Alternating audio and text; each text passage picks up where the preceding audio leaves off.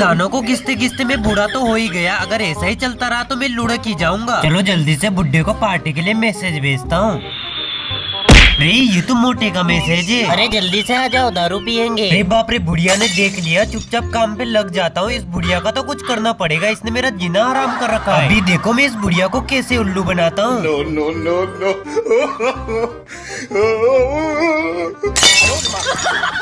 चलो काम हो गया। बुढ़िया की जूती को वापस रख के काम पे लग जाता हूँ। अरे ये आवाज कैसा है? जल्दी से निकल जाता हूँ अब यहाँ से। घर में चूहे कुछ ज्यादा ही हो गए। नहीं बुढ़िया मुझे देख ना ले। अबे तेरी ये क्या, बुढ़िया ने तो पूरा इंतजाम कर रखा है। जल्दी से वापस जाके बैठ जाता हूँ, नहीं तो बुढ़िया मेरी पिटाई लगा देगी। दोस्तों पार्ट 2 देखने के लिए लाइक और सब्सक्राइब कर देना।